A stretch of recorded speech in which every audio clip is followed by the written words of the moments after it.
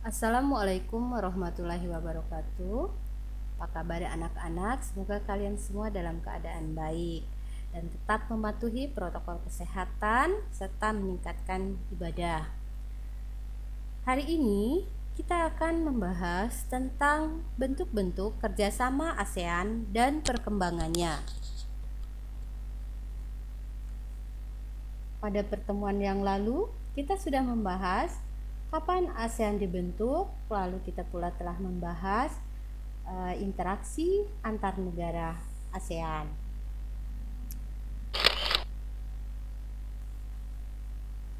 Setelah ASEAN dibentuk, tentunya setiap negara yang tergabung di dalam ASEAN itu memiliki harapan, dan harapan tersebut dituangkan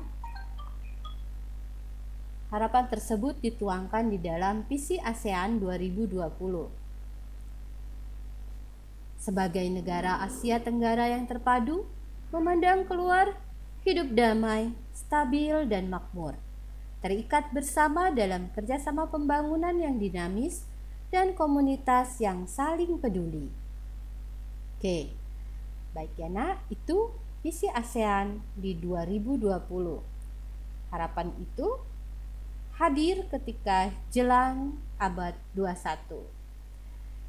Nah, implementasi visi ASEAN tersebut disepakati pembentukan Asian Community atau masyarakat ASEAN yang terdiri dari 3 pilar utama.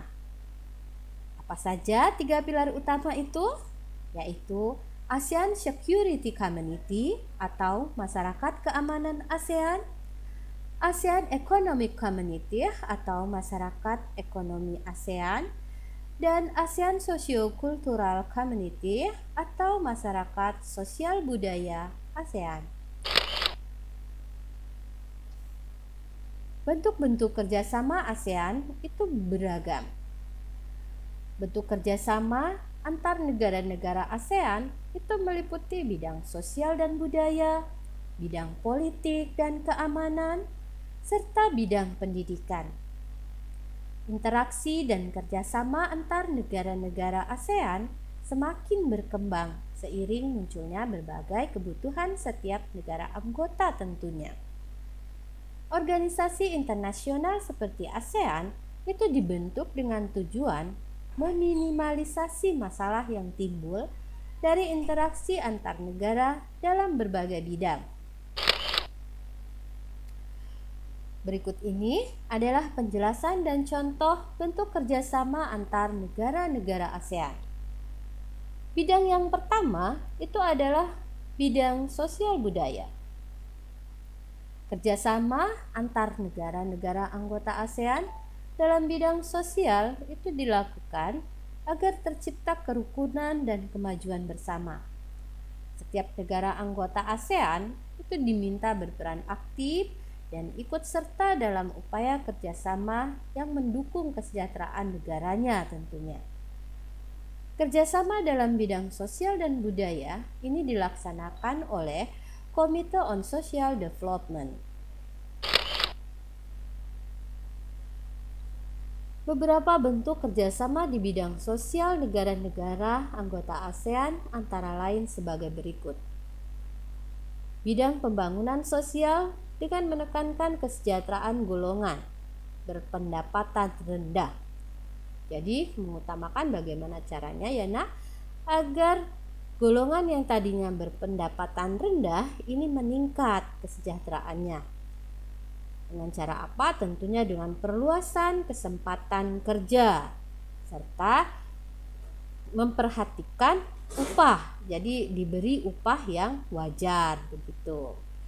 Kemudian membantu kepada kaum wanita dan pemuda dalam usaha-usaha pembangunan. Jadi ada perlindungan, dukungan seperti itu. Kemudian menanggulangi masalah-masalah perkembangan penduduk dengan bekerja sama dengan badan internasional yang bersangkutan. Jadi yang berkaitan dengan penduduk itu sendiri. Kemudian pengembangan sumber daya manusia. Jadi bisa lewat pelatihan, bimbingan seperti itu.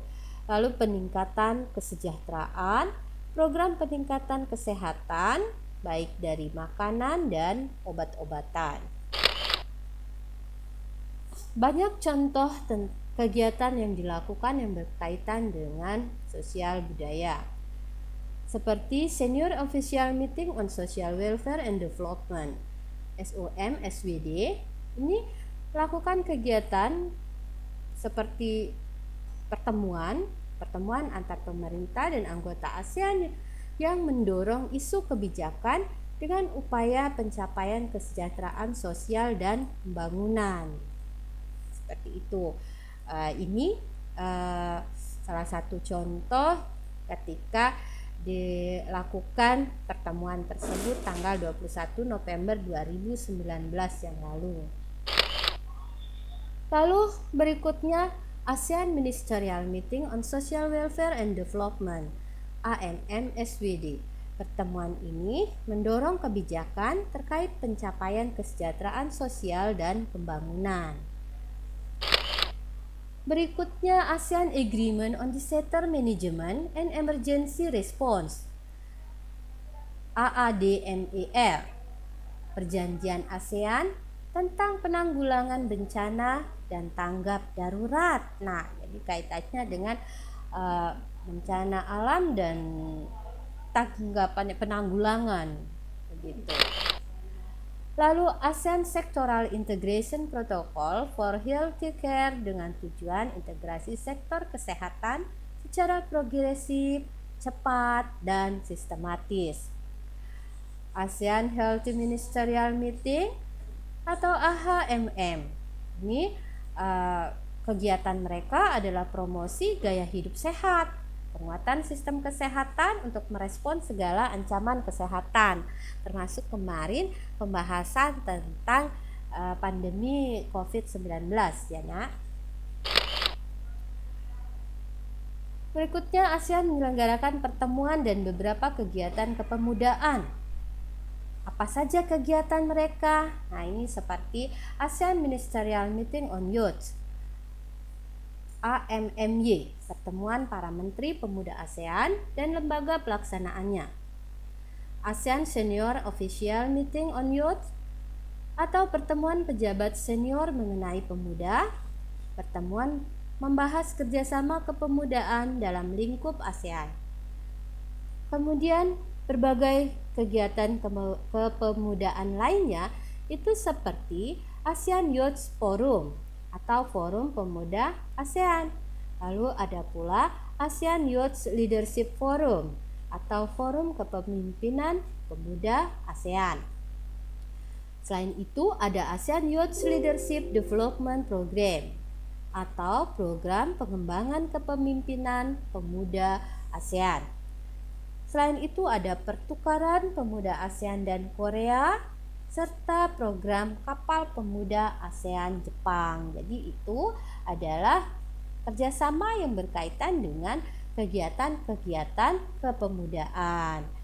Nah, selain itu ada pula sejumlah pertemuan yang berhubungan dengan budaya. Jadi kalau tadi kita sudah membahas yang berhubungan dengan sosial, lalu ini kita bahas yang berhubungan dengan budaya.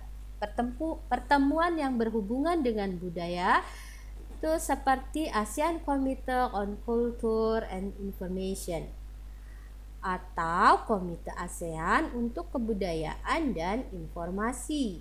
Nah, ini tujuannya mempromosikan kerjasama kebudayaan dan informasi dalam rangka meningkatkan pengertian dan solidaritas masyarakat ASEAN. Jadi apa yang terjadi dengan negara-negara anggota itu difikirkan oleh negara yang lainnya, seperti itu. Kemudian pertemuan menteri yang bertanggung jawab bidang kebudayaan dan seni ASEAN. Ini menyepakati prioritas kerjasama kebudayaan. Apa prioritasnya? Prioritasnya itu mengembangkan sumber daya manusia di bidang kebudayaan dan pengembangan UKM terkait kebudayaan dan kesenian. Jadi seperti itu. Didukung, ada dukungan untuk mengembangkan usaha kecil menengah yang berkaitan dengan kebudayaan dan kesenian. Selain itu, untuk kegiatan bidang olahraga, pada bidang olahraga, negara anggota ASEAN itu menyelenggarakan SEA Games.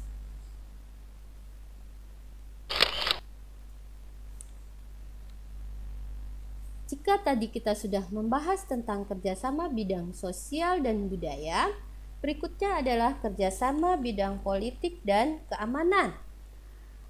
Tujuan kerjasama bidang politik dan keamanan itu adalah untuk menciptakan keamanan tentunya ya nak, stabilitas dan perdamaian di negara-negara ASEAN. Kerjasama di bidang politik itu menciptakan ASEAN Regional Forum. Jadi untuk membahas kasus-kasus yang hit atau terkini gitu ya nak, yang menjadi perhatian di ASEAN. Ada beberapa contoh nyata kerjasama politik dan keamanan ASEAN. Traktat Bantuan Hukum Timbal Balik di bidang pidana, misalnya Treaty on Mutual Assistance in Criminal Matters, Konvensi ASEAN tentang pemberantasan terorisme, seperti itu ya nak, atau ASEAN Convention on Counter-Terrorism. Pertemuan para Menteri Pertahanan Defense Minister Meeting yang bertujuan mempromosikan perdamaian dan stabilitas kawasan melalui dialog, serta kerjasama di bidang pertahanan dan keamanan, penyelesaian sengketa seperti sengketa Laut Cina Selatan, kemudian kerjasama pemberantasan kejahatan lintas negara yang mencakup pemberantasan terorisme, perdagangan obat terlarang, pencucian uang, penyelundupan, perdagangan senjata ringan dan perdagangan manusia, bajak laut, kejahatan internet, kejahatan ekonomi internasional, kerjasama di bidang hukum, bidang migrasi dan kekonsuleran, serta kelembagaan antar parlemen. Jadi itu contoh-contoh nyata kerjasama politik dan keamanan ASEAN. Sebenarnya banyak yang lainnya. Masyarakat politik keamanan ASEAN. Kamu ingat di awal sudah dijelaskan ada yang namanya pembentukan masyarakat ASEAN. Nah, di situ kan terdiri dari tiga pilar ya. Itu ada salah satunya adalah masyarakat politik keamanan ASEAN. Nah, di situ ada kerjasama bidang politik, kerjasama bidang keamanan, serta kerjasama di bidang hukum. Untuk kerjasama bidang politik, itu diantaranya memajukan kedamaian dan stabilitas kawasan, kemudian memajukan kerjasama maritim ASEAN.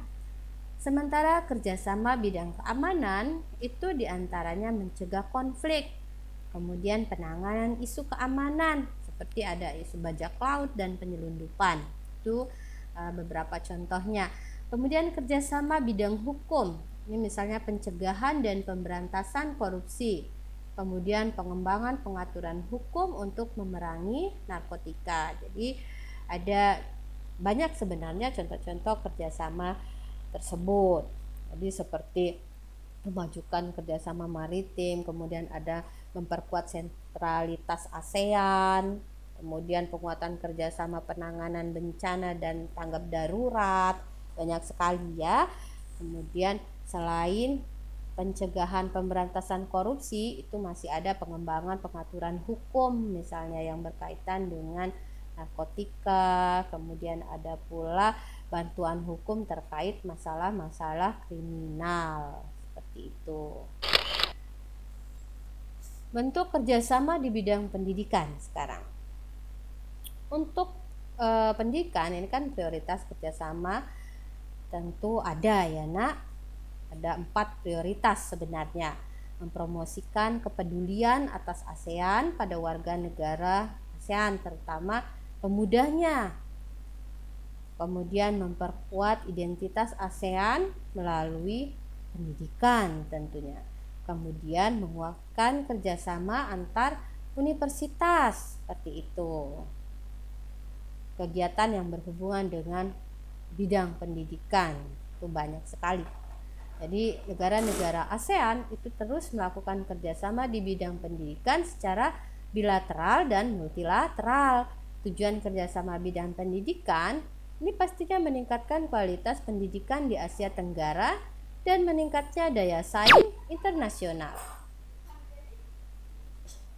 Contoh kerjasama negara-negara ASEAN bidang pendidikan itu antara lain ada ASEAN Council of Teachers Convention.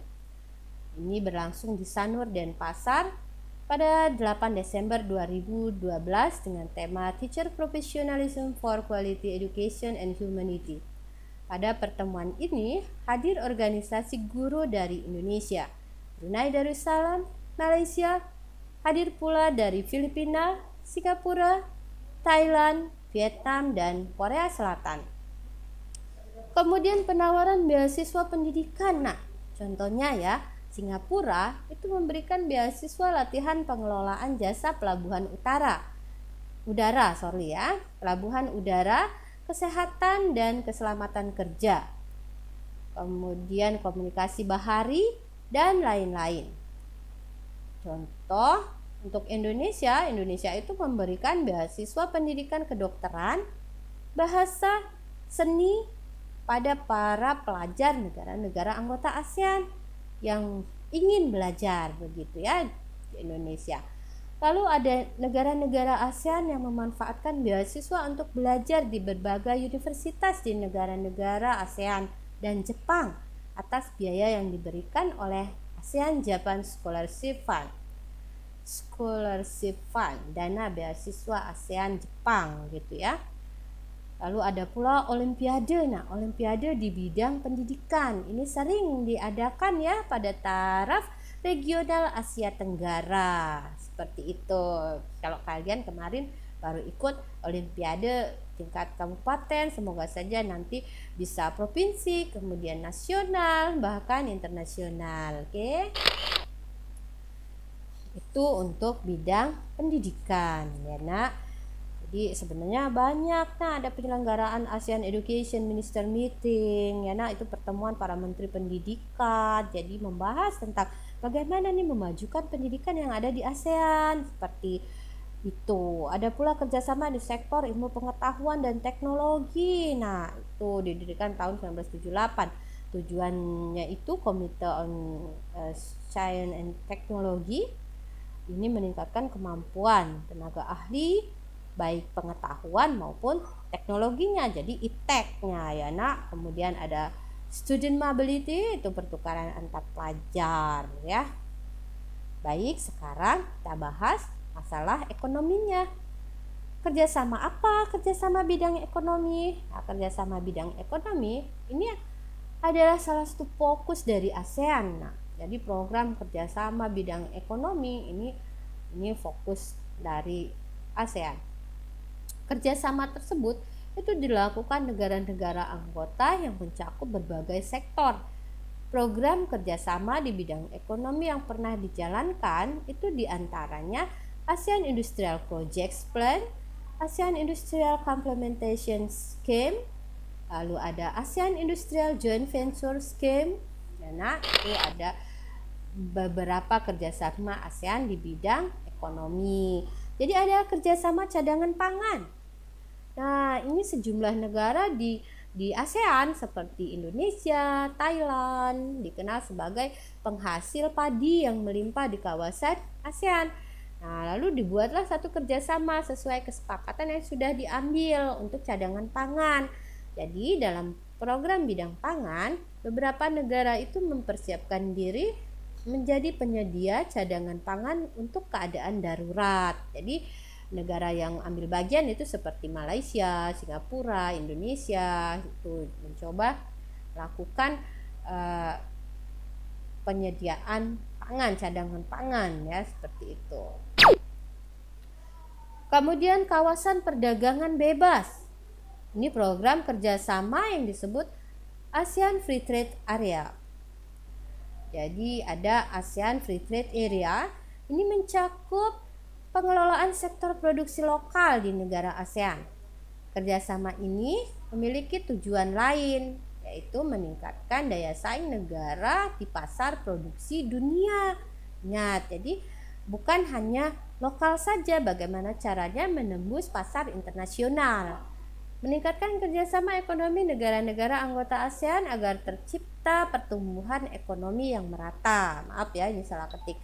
Kemudian meningkatkan investasi dalam kegiatan produksi dan jasa antar negara-negara yang ada di ASEAN pastinya. Lalu kalian ingat pula, untuk di bidang ekonomi itu ada yang namanya Masyarakat Ekonomi ASEAN atau MEA. Jadi pada konferensi tingkat tinggi ke-9 ASEAN itu disepakati pembentukan ASEAN Community atau masyarakat ASEAN. Salah satu pilarnya ingat itu adalah ASEAN Economic Community atau masyarakat ekonomi ASEAN MEA. Nah, MEA ini tujuannya menciptakan pasar tunggal basis produksi untuk aliran barang, jasa, investasi, tenaga kerja, terampil, dan modal. Sektor apa saja prioritas yang akan diintegrasikan di dalam masyarakat ekonomi ASEAN? Itu adalah produk pertanian, otomotif, elektronik, ada pula perikanan, ada karet, tekstil, pakaian, kemudian kesehatan, pariwisata, dan logistik. Jadi itu yang untuk masyarakat ekonomi ASEAN. Jadi ingat tadi kan ada 3 pilar ya. Jadi ada yang sosial, budaya, kemudian pendidikan dan ekonomi. Kemudian bidang lainnya yang dilakukan di ekonomi itu adalah industri melalui ASEAN Industrial Cooperation.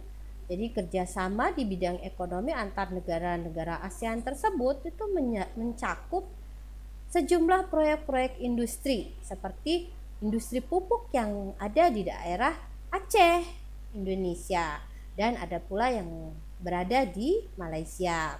Selain itu ada juga pabrik industri tembaga yang terletak di Filipina dan Abu Soda di Thailand. Jadi itu untuk kerjasama ekonomi negara-negara ASEAN.